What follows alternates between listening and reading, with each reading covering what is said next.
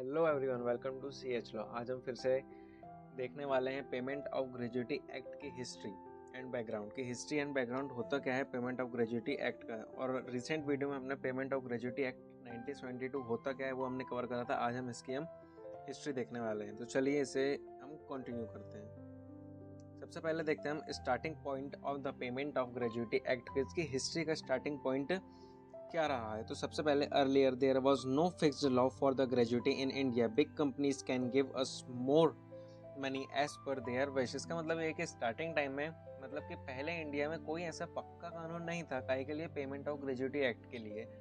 लेकिन उस टाइम जितनी जो रहती थी, जो बड़ी कंपनी रहती थी, वो अपने हिसाब से पैसे दे देती। मतलब कोई इसमें फिक्स कोई टर्म नहीं रहती थी कि भाई आपको पैसे इतना ही देना पड़ेगा, इसका कोई फिक्स अमाउंट यहाँ पे नहीं होता था।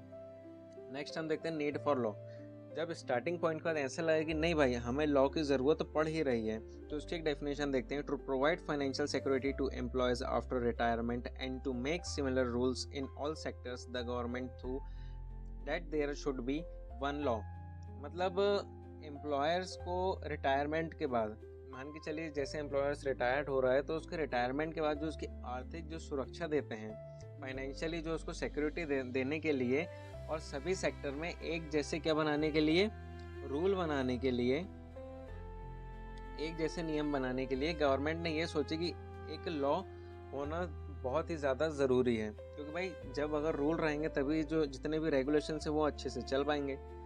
नेक्स्ट हम देखते हैं फर्स्ट स्टेप क्या उठा इस बेसिस पे। तो Kerala and West Bengal were the first state to enact their own gratuity law. This यहाँ पे स्टेट आएगा। This state law become a role model from a entire country.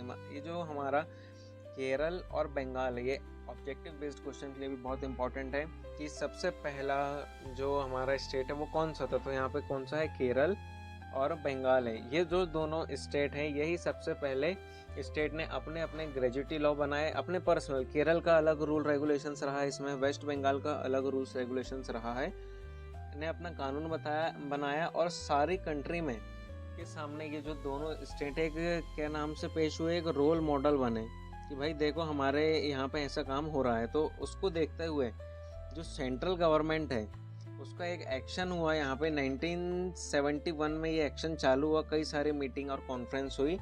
तो this proposal went to parliament and after such much discussion, मैंने बताया कई सारी meeting चली, it was passed on 21 August 1972। फिर ये जो हमारा लॉ है पेमेंट ऑफ ग्रेजुएटी एक्ट 1972, ये 21 अगस्त जो हमारे ऑब्जेक्टिव और एग्जाम के लिए बहुत इंपॉर्टेंट है, 1972 को इफेक्ट में आया वो लॉ। मतलब पूरी कंट्री में ये यहाँ पे इनेक्ट यहाँ पे हुआ है। नेक्स्ट हम देखते हैं सेंट्रल गवर्नमेंट का एक्शन में देख लिया। पर्पस क्या है इस लॉ का। The aim was that every employee, whether he was in a private factory, shop or any other place, should be rewarded for his long term service. Recently भी मैंने आपको बता दिया था, बट इसका पर्पस यही है कि मान के चलिए कोई भी कर्मचारी, चाहे वह प्राइवेट फैक्ट्री में काम करे या किसी भी शॉप में काम करे या किसी भी अदर प्लेस में अगर वो काम कर रहा है, तो जब भी मान के चलिए 5 साल से ज़्यादा वो किसी भी दुकान, शॉप, इंडस्ट्री के अंडर काम कर रहा है, तो जब उसका रिटायरमेंट हो तो उसे एक बोनस मिले। रिसेंट वीडियो में मैंने आपको बताया था कि वो 20 लाख प्लस यहाँ पे बोनस देते हैं। मतलब ऐसा नहीं है कि भाई 5 साल बाद काम करे तो उनको 20 लाख मिल जाएगा। मतलब जितना ज़्यादा व्यक्ति पुराना होता जाएगा उतना उसका extension of gratuity money extend होता जाएगा। सो ओके देन, आज का जो हमारा एक छोटा सा लेक्चर था history and background of payment of gratuity act 1972, आज वो यहीं पर एंड होता है। अगर वीडियो और लेक्चर आपको अच्छा लगा हो तो प्लीज़ लाइक, सब्सक्राइब और शेयर बिल्कुल करें। और अगर किसी भी लॉ से रिलेटेड टॉपिक पर अगर आप वीडियो चाहते हो तो मुझे कमेंट में ज़रूर बताइए। मिलते हैं अपने नेक्स्ट वीडियो में, तब तक के लिए बाय बाय।